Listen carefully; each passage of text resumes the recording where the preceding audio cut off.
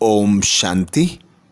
आज दिनांक 13 जून 2022 बाबा ने महावाक्य में हम बच्चों को जो वरदान दिया, वरदान का मनन कर उसका स्वरूप बनेंगे।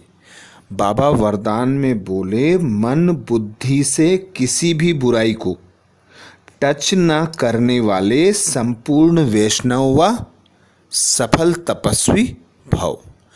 आज बाबा हम बच्चों को संपूर्ण वैष्णव व सफल तपस्वी भव का वरदान दे रहे हैं।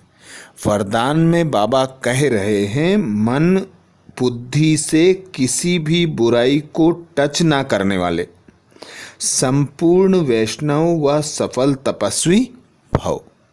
डिटेल में बाबा कहते, पवित्रता की पर्सनैलिटी व रॉयल्टी वाले मन बुद्धि से किसी भी बुराई को टच नहीं कर सकते।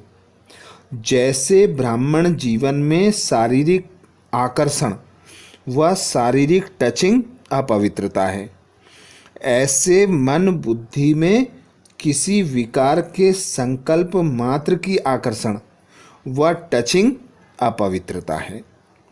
अर्थात बाबा हम बच्चों को सिर्फ ब्रह्मचर्य रहने की श्रीमत नहीं देते। बाबा कहते हैं, ब्रह्मचारी बनो। ब्रह्मचारी अर्थात मनसा वाचा कर्मणा की पवित्रता। तो बाबा सर्वप्रथम तो हमें पवित्रता का गुह्य राज बताते कि जब तुम ब्राह्मण मर्जी व जन्म में आते हो तो शारीरिक आकर्षण, देह की टचिंग तुम बच्चों के लिए अपवित्रता है और अपवित्र कभी भी ब्राह्मण बन ना सके, क्योंकि हमारा पिता परमात्मा परम पवित्र आकर इस धरा पर पवित्र दुनिया की स्थापना करते हैं, जिसमें बाबा हमें श्रीमत देते कि तुम बच्चों का अब ये अंतिम मर्जी व जन्म है। अब तुम्हें जाना है अपने घर, तो जैसे आए थे वैसे ही जाना है। तो हम आत्माएं अपने स्वरूपों को देखें तो हम अनादि स्वरूप में परम पवित्र थे, आदि स्वरूप में भी पवित्र थे, फिर पूज्य स्वरूप में भी हम पवित्र जड़ मूर्तियों के रूप में पूजे जाते हैं। फिर हम बनते हैं ब्राह्मण।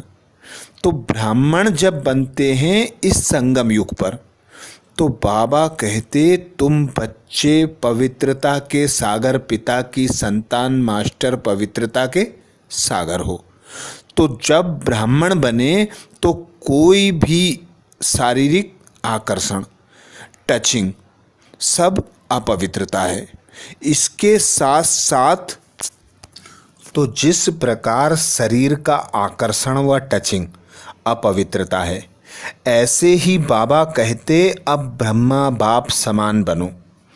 मन बुद्धि में भी विकार के संकल्प मात्र की आकर्षण व टचिंग ना हो, क्योंकि वह भी अपवित्रता है। अब तुम्हें जाना है पवित्र दुनिया में। पवित्र दुनिया का मालिक बनना है, तो यहीं संगम युग पर ही संपूर्ण वैष्णव बनना पड़े। तो संपूर्ण वैष्णव बनने के लिए बाबा हमें सुबह अमृत बेला से लेकर रात तक की श्रीमत देते, अनेक मर्यादाएं बताते। जो बच्चे पूरा पूरा बाबा की श्रीमत को फॉलो करते हैं, मर्यादा की लकीरों के अंदर रहते हैं, खुद को आत्मा अनुभव करते हैं, तो सब विकारों की जड़ देह से उपराम होते हैं। आत्मा अनुभव करने से सर्व आत्माएं आपस में भाई भाई होती हैं, सर्व विकारों से मुक्त बन जाते हैं। आगे बाबा कहते, तो किसी भी बुराई को संकल्प में भी टच ना करना, यही संपूर्ण वैष्णव व सफल तपस्वी की निशानी है। तो संपूर्ण वैष्णव अर्थात संपूर्ण पवित्र, मनसा वाचा कर्मणा खान पान रहन सहन दृष्टि वृत्ति कृति सब कुछ पवित्र और सफल तपस्वी, अर्थात जो तुम पवित्रता को धारण करते हो वह पवित्रता तुम्हारे स्वरूप से दिखाई दे, प्रत्यक्ष हो। तो बाबा यही कहते कि तुम बच्चे अपना सब कुछ मुझको अर्पण करके खुद बाप का दर्पण बन जाते हो। तो ऐसे ही प्रत्यक्षता का बाबा कहते सफल तपस्वी की निशानी है कि उनके मनसा वाचा कर्मणा सब कुछ पवित्र होते हैं, तो वे संपूर्ण वैष्णव और सफल तपस्वी बन जाते हैं। स्लोगन में बाबा कहते मन की उलझनों को समाप्त कर वर्तमान और भविष्य को उज्जवल बनाओ। मन की उलझनों को समाप्त कर वर्तमान और भविष्य को उज्जवल बनाओ। तो वर्तमान और भविष्य उज्जवल जब होगा जब हम पुराने संस्कारों को, पुरानी दुनिया को भूल जाएंगे, अर्थात जिसमें हमारा मन अटका हुआ है, जिसमें हमें आसक्ति है, जो हमें अपनी ओर आकर्षित करता है, वही उलझनों की जड़ है, चिंता की जड़ है।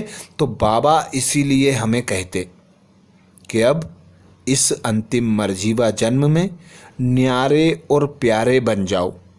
जब तुम इस पुरानी दुनिया से, पुरानी देह से, देह के संबंध संपर्क से, सुख सुविधा के साधनों से उपराम खुद को आत्मा अनुभव करते हो, तो सर्व समस्याएं, उलझनें समाप्त हो जाती हैं और तुम बच्चों का वर्तमान और भविष्य उज्जवल हो जाता है।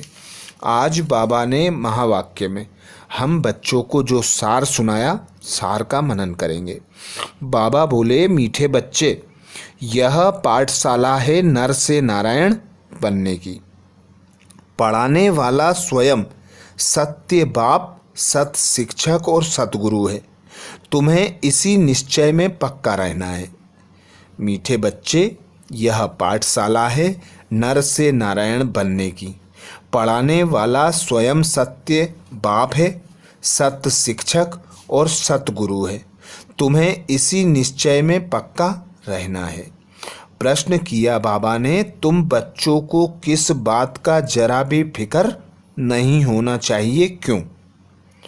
तुम बच्चों को किस बात का जरा भी फिक्र नहीं होना चाहिए, क्यों? उत्तर में बाबा कहते, अगर कोई चलते चलते हार्ट फेल हो जाता है, शरीर छोड़ देता है, तो तुम्हें फिक्र नहीं होना चाहिए, क्योंकि तुम जानते हो हर एक को अपनी एक्ट करना है। तुम्हें खुश होना चाहिए कि आत्मा जब ज्ञान और योग के संस्कार लेकर गई तो और ही भारत की अच्छी सेवा करेगी। फिक्र की कोई बात नहीं, यह तो ड्रामा की भावी है। तो हर आत्मा अपना एक्यूरेट पार्ट बजाती है, अपना जहाँ पर हिसाब किताब है उसे चुकतू करने के लिए जाती है। तो बाबा कहते, जब आत्मा अच्छे संस्कार अर्थात ज्ञान और योग की धारणा करके गई है तो वह और ही भारत की अच्छी सेवा करेगी और अच्छा उसे जन्म मिलेगा। इसीलिए बाबा कहते, यह ड्रामा की भावी है। गीत सुनाया बाबा ने, तुम ही हो माता पिता, तुम ही हो बंधु सखा, तुम ही हो। धारणा के लिए मुख्य सार में बाबा कहते, पहली पॉइंट, श्रीमत पर पढ़ने और पढ़ाने का धंधा करना है। ड्रामा की भावी पर अटल रहना है, किसी भी बात का फिक्र नहीं करना है। श्रीमत पर पढ़ने और पढ़ाने का धंधा करना है, ड्रामा की भावी पर अटल रहना है, किसी भी बात का फिक्र नहीं करना है। दूसरी पॉइंट बाबा कहते, अंत काल में एक बाप के सिवाय और कोई याद ना आए, इसलिए इस देह को भी भूलने का अभ्यास करना है, अशरीरी बनना है। अंत काल में एक बाप के सिवाय कोई भी याद ना आए, इसलिए इस देह को भी भूलने का अभ्यास करना है, अशरीरी बनना है। तो ये थे बाबा के महावाक्य। अच्छा, ओम शांति।